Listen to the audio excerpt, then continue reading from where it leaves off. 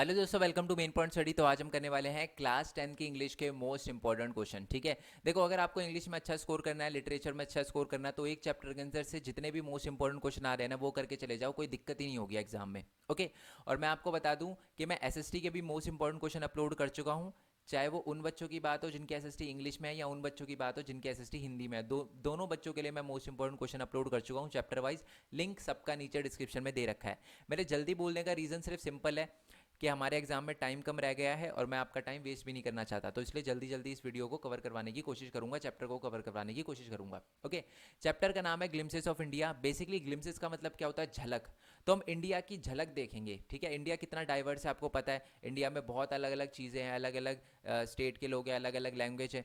तो इस चैप्टर के अंदर हम उसी चीज़ के बारे में थोड़ा बहुत पढ़ेंगे। मैं आपको बता दूं, इस चैप्टर के अंदर 3 स्टोरी है, जिसमें से एक है a baker from the Goa. तो यानी गोवा के बेकर्स के बारे में हम पढ़ने वाले हैं इस चैप्टर की पहली स्टोरी में। ठीक है, और इसके मोस्ट इंपॉर्टेंट क्वेश्चन ये सारे के सारे मोस्ट इंपॉर्टेंट क्वेश्चन है। सिर्फ और सिर्फ आप देख सकते हो 3 पेजेस के हैं, बट अगर मैं डायरेक्टली आपको मोस्ट इंपॉर्टेंट क्वेश्चन करवाऊंगा तो ज़्यादा कुछ फायदा होने वाला है नहीं। तो पहले मैं आपको स्टोरी भी समझाऊंगा, क्योंकि अगर आपको स्टोरी पता है तो आधी प्रॉब्लम तो वैसे ही सॉल्व हो जाएगी आपकी। ठीक है, चलो।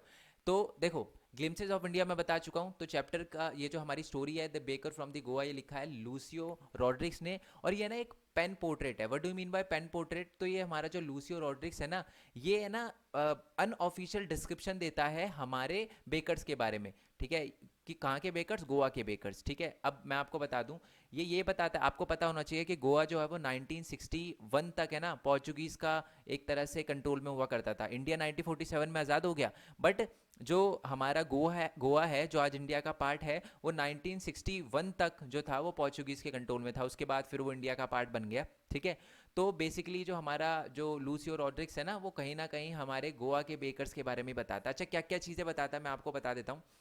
देखो, पहली चीज़ तो मैं आपको ये बता दूं कि जो गोवा के बेकर्स है ना, वो बेसिकली आज भी हैं। ठीक है, बट जो क्रेज़ हुआ करता था ना पहले, क्योंकि जो पहले जो पोर्चुगीज ब्रेड हुआ करती थी वो थोड़ी अलग हुआ करती थी, बढ़िया हुआ करती थी। आज जो है थोड़ी सी अलग है। तो जो लोगों का क्रेज़ था ना ब्रेड को लेकर, वो धीरे धीरे खत्म हो गया है, या कम हो गया, खत्म तो नहीं बोलेंगे, कम हो गया है। बट आज भी जो ब्रेड बनाने वाले बेकर्स है वो आज भी हैं। ये हमें कैसे पता चलता है? उनके मिक्सर्स, उनके मोल्डर। ठीक है, और आज भी जो उनके फर्नेसेस होती है, फर्नेसेस का मतलब होता है जो भट्टी होती है ना जिसके अंदर ये ब्रेड वगैरह पकाते हैं, वो आज भी है। आज भी उसके अंदर आग है, उसको बुझाया नहीं गया है। ठीक है। अच्छा, पहले के टाइम में जो बेकर्स थे ना, वो कैसे ब्रेड वगैरह बेचते थे उसके बारे में बताया। तो वो है ना, मैं बता दूं कि जब भी वो आते थे ना, ठड ठड ठड, मतलब ठड की आवाज़ आती थी, ठक ठक ठक की आवाज़ आती थी, और जिंगल्स आते थे। अच्छा, ये कैसे आ गया ठड की आवाज़ और जिंगल कैसे आ गई जब वो एंट्री करते थे? तो मैं बता दूं, हमारे जो भी बेकर्स होते थे ना, वो जब ब्रेड बेचने जाते थे तो वो क्या करते थे, अपने उनके हाथ में एक बैम्बू स्टिक होती थी, जो चलते थे, वो ठड ठड ठड की आवाज़ आती थी, निकालते थे वो उस बैम्बू से, और साथ में उस बैम्बू की जो स्टिक है ना, उसके ऊपर जो जिंगल्स होती थी ना, बेल होती थी, वो भी लगी थी। तो बेल की भी आवाज़ आती थी, ठड की भी आवाज़ आती थी। ओके। चलो जी, आई होप ये बात आपको क्लियर हो गई हो। और मैं आपको बता दूं कि अगर मैं आपको वो बताऊं कि जो बेकर्स वगैरह होते थे, तो बहुत सारे लोग ऐसे भी हैं जिनके पिताजी बेकर्स का काम करते थे और उनके बच्चे भी बेकर्स का काम करने लग गए। ठीक है, मतलब आज भी बहुत सारे बच्चे ऐसे हैं जो अपने फादर का जो प्रोफेशन है उसको जीवित रखे हुए हैं, उनका काम वो कर रहे हैं। ठीक है, यानी प्रोफेशन को, फैमिली प्रोफेशन को आगे लेकर जा रहे हैं। ओके। और आज भी मैं आपको बता दूं कि गोवा के अंदर जो हमारे बेकर्स होते हैं उनको पैडर्स बोला जाता है। ओके। और ना, ये हमारा लूसियो जो है, ओके, इस स्टोरी का जो ऑथर है वो ये बताता है कि जो हमारा ये बेकर है ना, या पैडर है, वो है ना हमसे 1 दिन में 2 बार मिलता था, एटलीस्ट ट्वाइस अ डे तो मिलता था। कैसे?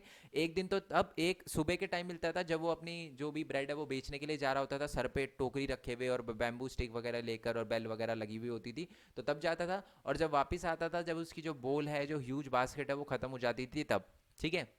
और है ना, मतलब जब भी हम ये आवाज़ सुनते थे ना, लूसियो ये बोलता है, जब भी हम ये आवाज़ सुनते थे जिंगलिंग की और ये बैम्बू की ठक ठक की आवाज़ सुनते थे ना, तो बिल्कुल हम मतलब सोते हुए एकदम से जग जाते थे और हम भागते हुए जाते थे उसको ग्रीट करने के लिए, हेलो हाय जो भी बोलने के लिए।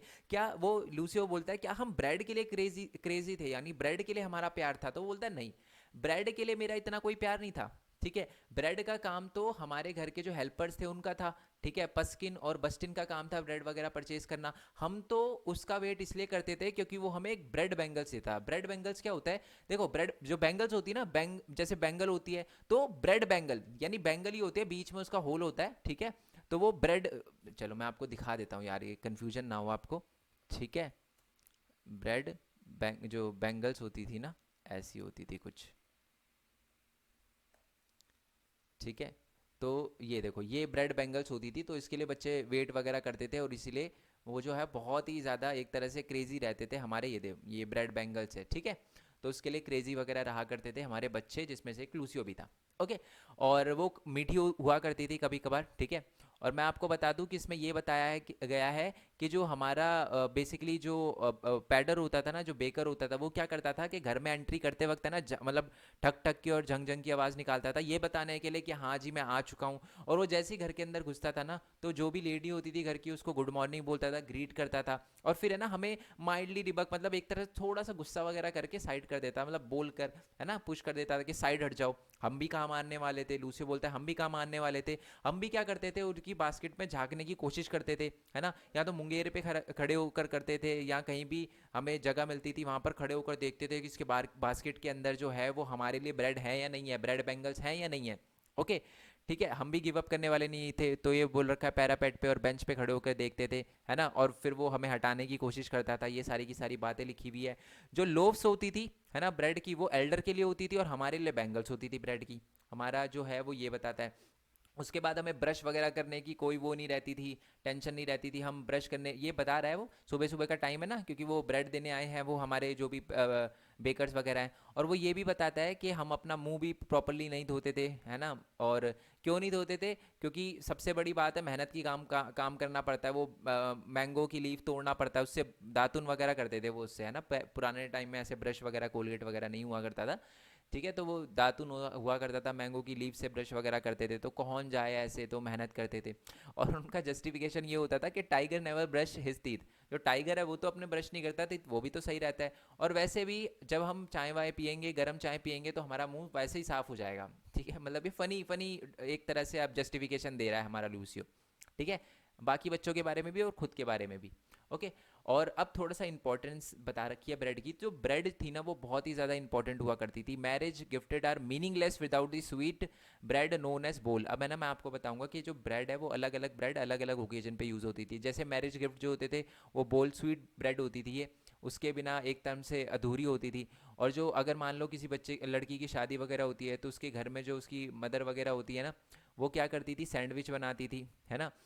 और केक्स वगैरह और बोलीनास वगैरह बनते थे किस टाइम, ये बनते थे हमारे क्रिसमस के फेस्टिवल पे। ओके।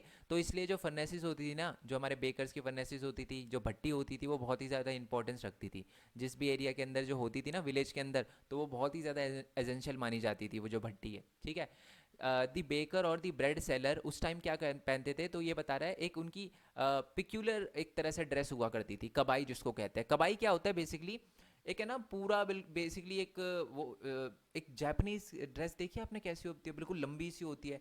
तो ये बताता है कि वो जो हमारे ये बेकर्स है ना, पुराने टाइम में, मेरे टाइम से पहले, लूसियो बोलता है मेरे टाइम से पहले कैसी ड्रेस पहनते थे, पोर्चुगीज के टाइम में कैसे पहनते थे, कबाई पहनते थे। ये ना एकदम से फ्रॉक जैसी होती थी एकदम, ओके। और एक घुटने से थोड़ी सी नीचे होती थी, ठीक है, मतलब नी से थोड़ी सी नीचे होती थी। बट अगर वो अपने टाइम की बात बताए लूसियो, तो ये बोलता है मेरे से पहले तो कबाई पहनते थे, बट मेरे टाइम में क्या पहनते थे, जो बेकर है वो नॉर्मल शर्ट और ट्राउजर वगैरह पहनते थे। और जो ट्राउजर होती थी ना, वो घुटने से नीचे होती थी, फुल लेंथ की नहीं होती थी, घुटने से थोड़ी सी नीचे होती थी। मतलब जब कैपरी होती है ना, सुना आपने कैपरी वगैरह, तो कैपरी जैसे होती थी, कैपरी से थोड़ी सी नीचे आप मान लो, बिल्कुल फुल पैंट नहीं हुआ करती थी, है ना। और आज भी अगर जो हमारा लूसियो है वो ये बताता है कि आज भी जब हम ऐसे किसी पर्सन को देखते हैं जिसकी जो पैंट है, मतलब जो जो उसने पहन रखा है नीचे, ट्राउजर वगैरह पहन रखी है, अगर वो घुटने से नीचे और फुल लेंथ की ना हो, तो हम उसको पैडर्स बोलते हैं, ठीक है। मतलब वो पैडर की याद दिला देता है हमको, ओके। और ये बता रहा है कि जो बेकर है वो क्या करता था, जो बिलिंग करता था ना, वो ब्रेड वगैरह की बिलिंग करता था, वो महीने के बिल्कुल एंड में करता था, और पेंसिल से करता था, लिख लेता था अपने पास रिकॉर्ड, है ना। वॉल वगैरह पे लिखा है सम वॉल इन दी पेंसिल, पेंसिल से लिख लिया करता था। और जो ये हमारी ब्रेड होती थी ना, बहुत ही प्रॉफिटेबल प्रोफेशन हुआ करता था, बहुत ही ज़्यादा महंगी बातचीत वाले लोग होते थे, पैसा बहुत होता है बेगर्स के पास, ठीक है। उनकी फैमिली को कभी भी स्टार्व्ड यानी कभी भी एक भुखमरी फेस नहीं करनी पड़ी थी, ओके। और जो फैमिली होती थी, उनके सर्वेंट होते थे, है ना। और सारे के सारे हैप्पी लगते थे हमें, प्रॉस्परस लगते थे, है ना। और ये हमें कैसे पता चलता था कि उनकी फैमिली जो है, उनकी उनकी फैमिली के जो लोग होते थे उनकी प्लम फिजिक्स होती थी। ठीक है, प्लम फिजिक का मतलब क्या होता है, ये गोलू मोलू जैसे होते हैं ना, jackfruit like physical appearance है, देखो लिखा भी है jackfruit like physical appearance, यानी गोलू मोलू होते थे, देखो लिखा है। ठीक है, प्लीजेंटली फैट बॉडी, मतलब थोड़े मोटे मोटे हुआ करते थे। तो यही बताया हमारे पूरे चैप्टर में इसके बारे में, बेकर फ्रॉम दी गोवा में, ये सारी की सारी चीज़ें। आई होप आपको स्टोरी पता चल गई हो। मैंने जानबूझ के आपको एक एक लाइन बताई और बुक में, मतलब बुक की पीडीएफ इसलिए दिखाई है ताकि आपको कॉन्फिडेंस आ जाए कि हाँ हमने एक एक चीज़ कर ली। अब हम आ जाते हैं मोस्ट इंपॉर्टेंट क्वेश्चन पे। ठीक है, नीचे से स्टार्ट करते हैं क्योंकि ऊपर वैल्यू बेस्ड क्वेश्चन है। सबसे पहले क्वेश्चन तो ये है, ड्रेस क्या थी बेकर्स की। ठीक है, तो ये बता रखा है कि बेकर की जो ड्रेस थी वो कबाई थी।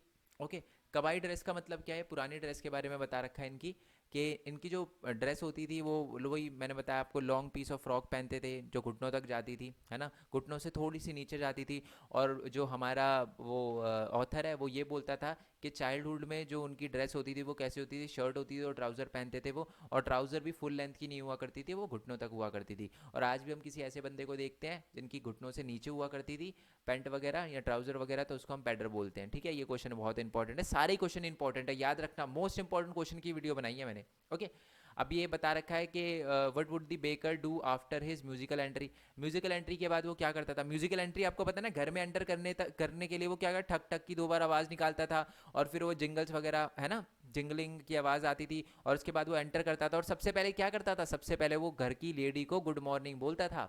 ठीक है, और फिर क्या करता था, बैम्बो को थोड़ा सा अटकाकर उस पर अपनी बास्केट रख देता था जिसमें ब्रेड वगैरह होती थी। Okay, what indicate the presence of pader still in Goa. आज भी हमें कैसे पता, आज जो है आज भी पैडर इंडिया गोवा के अंदर है, ये हमें कैसे पता चलता है। तो मैंने आपको सबसे पहले, बिल्कुल सबसे पहला वाला पैराग्राफ क्या था, वो यही था कि जो हमारे गोवा के अंदर जो पैडर है, आज भी उनका मिक्सर, आज भी उनका मोल्डर, आज भी उनके जो फर्नेसेस होते हैं ना, वो आज भी स्टिल एग्जिस्ट करते हैं, जिससे हमें पता चलता है कि आज भी वो हैं। ठीक है, नेक्स्ट है कि why would the children run to meet and greet the baker. क्यों भागते थे वो बेकर के पास, क्योंकि बेकर उनको क्या देता था, यानी बिल्कुल नींद से जग जाते थे जब भी हम उनकी आवाज़ सुनते थे, जिंगलिंग की आवाज़ सुनते थे, ठक ठक की आवाज़ सुनते थे। क्यों, क्योंकि वो हमें देता था एक स्वीट ब्रेड, जो कि होती थी ब्रेड बैंगल्स, जो मैं आपको दिखा चुका हूँ पिक्चर में, है ना। नेक्स्ट है कि why did baker and his family look happy and prosperous. क्यों लगते थे, क्योंकि पहली बात तो यह है कि जो हमारा बेकर होता था बिल्कुल एंड के मंथ के एंड में बिलिंग वगैरह करता था, प्रॉफिटेबल बिजनेस होता था वो, उनकी फैमिली कभी भूखी नहीं मरती थी। ये हमें कैसे पता चलता है, क्योंकि उनकी बिल्कुल प्लम फिजिक होती थी, मतलब गोलू मोलू जैसे होते थे वो। इससे हमें पता चलता है कि वो हैप्पी एंड प्रॉस्परस थे।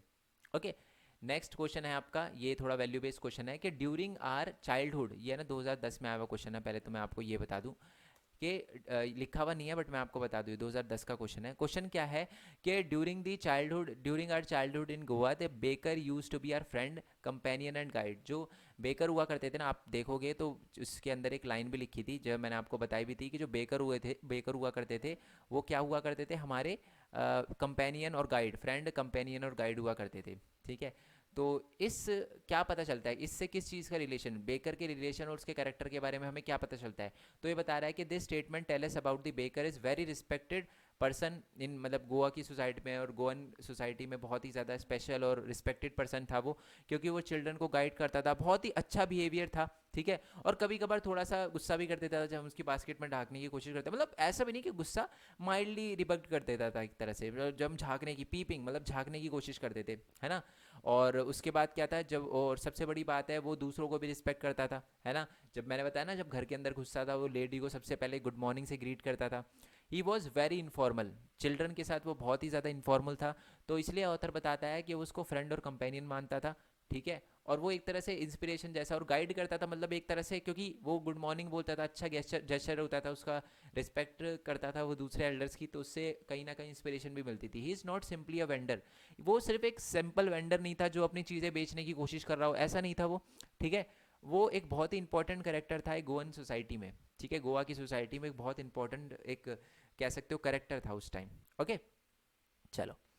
ओके, नेक्स्ट है कि what is the importance of bread for, मतलब गोवा के लोगों के लिए ब्रेड की क्या इंपॉर्टेंस है। तो आपको पता ही है कि डिफरेंट डिफरेंट ओकेजन पे ब्रेड वगैरह यूज़ होती है ना। अब कौन कौन से ओकेजन पे, मैरिज में आपको पता है बोल बोल नाम की एक स्वीट ब्रेड होती है, और उसके बाद जो होती है हमारी जो बहुत इंपॉर्टेंट होती है वो वाली ब्रेड, तो और साथ ही में क्या होती है, एल्डर के लिए ब्रेड होती है, ओके। और उसके बाद जो अगर शादी वगैरह होती है इंगेजमेंट वगैरह पे, तो लेडी क्या करती है, सैंडविच वगैरह बनाती है। और केक और बोलिनाज होती है क्रिसमस के टाइम में। इसका एक क्वेश्चन भी दे रखा है, मैं आपको दिखाऊंगा। बट अभी आ जाते हैं ऊपर वाले क्वेश्चन पे। ये भी है, ये भी यही क्वेश्चन है कि why bakers essential for the Goan people. Goan people के लिए क्यों इतने इंपॉर्टेंट थे वो बेकर्स वगैरह, क्योंकि आपको पता है बेकर की फर्नेसेज होती थी, बहुत इंपॉर्टेंट होती थी, एसेंशियल माना जाता था विलेज के अंदर उसको।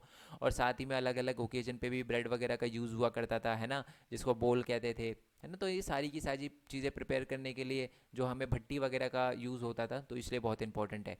ये 2015 का आया हुआ क्वेश्चन और बहुत इंपॉर्टेंट क्वेश्चन है, वैल्यू बेस्ड क्वेश्चन है, ध्यान से सुनना। After reading the story of Baker from the Goa, do you think that our traditional heritage, value, practice are the root of that nourish us?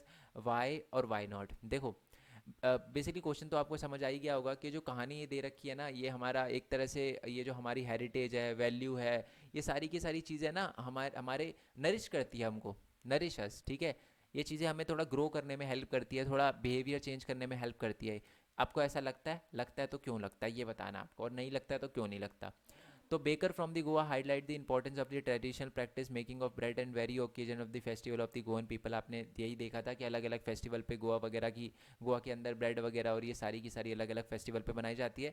तो traditional practice का भी बहुत importance है, ठीक है। The tradition continue even today, आज भी continue होता है, जैसे मैंने आपको बताया आज भी है ना। और ये क्वेश्चन आपको ज़रूर आता है कि आज भी हमें कैसे पता चलता है कि वो स्टिल एग्जिस्ट करते हैं गोवा के अंदर, वही उनका मिक्सचर, मोल्डर और फर्नेसेस आज भी है। ओके। और ये चीज़ ये दिखाती है, they show how our traditional practice can be keep us to our past and heritage. आज भी हमारी जो प्रैक्टिस है वो हमारे हेरिटेज को हमारे से जोड़ के रखती है, पास्ट को हमारे से जोड़ के रखती है। Traditionally value shape our personalities, ठीक है, and also provide emotional support. देखो ओके, मैं समझाता हूँ आपको। हम है ना जब पैर छूते हैं किसी के, जब भी हम किसी बड़े के पैर छूते हैं, क्या ये किस चीज़ का, ये एक तरह से हमारा ट्रेडिशन है, ये हमारी वैल्यू है, हमारी प्रैक्टिस है। और यही कहीं ना कहीं हमारी पर्सनैलिटी को डेवलप करती है। कैसे? देखो, जब हम किसी के पैर छूते हैं तो बेसिकली ये दिखाता है कि हम किसी से बड़े नहीं हैं, हमारे से बड़े भी, और इसकी रिस्पेक्ट करना हमारे लिए बहुत ज़्यादा ज़रूरी है ना। तो ये क्या चीज़ है? ये बेसिकली एक तरह से हमारी पर्सनैलिटी को डेवलप करने की कोशिश की जाती है। हम हाथ जोड़ते हैं, ठीक है, तो इससे क्या है, हम सबको इक्वल मानते हैं, हम किसी को बड़ा नहीं मानते, किसी को छोटा नहीं मानते, है ना। तो ये बेसिकली ये दिखाते हैं। ओके, चलो जी आगे बढ़ते। They enable us to face difficult situation and make us mentally strong, कहीं ना कहीं मेंटली स्ट्रॉन्ग भी बनाता है, ठीक है। और traditional practice also have the impact on the behaviour pattern towards the other people in the society. और कहीं ना कहीं ये सारी की सारी प्रैक्टिस ही हमारे बिहेवियर पैटर्न को मतलब अच्छा करने की कोशिश करती है, और ये सोसाइटी में बताती है कि हमारा सोसाइटी की तरफ कैसा पैटर्न होगा, मतलब बिहेवियर कैसा होगा। अगर एक बच्चा है जिसको हमेशा से बताया गया है कि बड़ों की रिस्पेक्ट करो, चाहे वो बड़ा कोई भी हो, किसी भी कल्चर से, रिलीजन से, धर्म से, लैंग्वेज से, कोई भी हो, उस बच्चे को बोला गया है कि बड़े की रिस्पेक्ट करनी है, तो वो कुछ नहीं देखेगा, बस वो देखेगा कि मेरे से बड़ा है और उसकी रिस्पेक्ट करनी है। तो इसलिए माना जाता है कि कल्चर बहुत ज़्यादा इंपॉर्टेंट है। बहुत इंपॉर्टेंट क्वेश्चन है, और ऐसी वैल्यू बेस्ड क्वेश्चन आपको एग्जाम में देखने के लिए मिलेंगे। आई होप आपको वीडियो अच्छी लगी हो, लाइक कर देना, चैनल को शेयर कर देना। अगर ये वीडियो अच्छी लगी हो तो बाकियों को शेयर वगैरह कर देना आपको, आप तभी उनको हेल्प हो जाएगी। और मैं ये वाली जो पीडीएफ है टेलीग्राम चैनल पर डाल दूंगा, जैसी वीडियो अपलोड हो जाएगी। मेन पॉइंट स्टडी के 10th के टेलीग्राम चैनल पर आपको मिल जाएगी ये पीडीएफ, ठीक है। बाकी अगर कोई क्वेश्चन वगैरह पूछना हो तो आप मेरे से पूछना। नेक्स्ट चैप्टर की जो हमारा जो कुर्ग वाला है, ठीक है, उन सब की वीडियो अभी आ जाएगी, उनके भी मोस्ट इंपॉर्टेंट क्वेश्चन की वीडियो आ जाएगी, ठीक है। और बाकी सब चैनल का मैं बता दूँ, हमारे अलग अलग चैनल भी है। मेन पॉइंट टैग हो गया, मेन पॉइंट गेमिंग हो गया, मेरा ब्लॉगिंग चैनल है भरत कुमार खोरवाल, जिसमें मैं डेली लाइव आने की कोशिश करता हूँ। अभी तो नहीं आ सकता क्योंकि आपके लिए वीडियो वगैरह प्रिपेयर करने में रात को टाइम लग जाता है, ठीक है। तो आप चाहो तो उन चैनल को भी सब्सक्राइब कर सकते हो, सब चैनल का लिंक नीचे डिस्क्रिप्शन में। अगर एसएसटी के नोट्स वगैरह चाहिए तो हमारी वेबसाइट पर जा सकते हो www.mainpointstudy.in। डोंट वरी, एकदम फ्री है, फ्री फ्री फ्री, ठीक है। बाकी मिलते हैं जी किसी नेक्स्ट वीडियो में, तब तक के लिए थैंक यू सो मच। जय हिंद, जय भारत, वंदे मातरम। Thanks for your support, bye bye.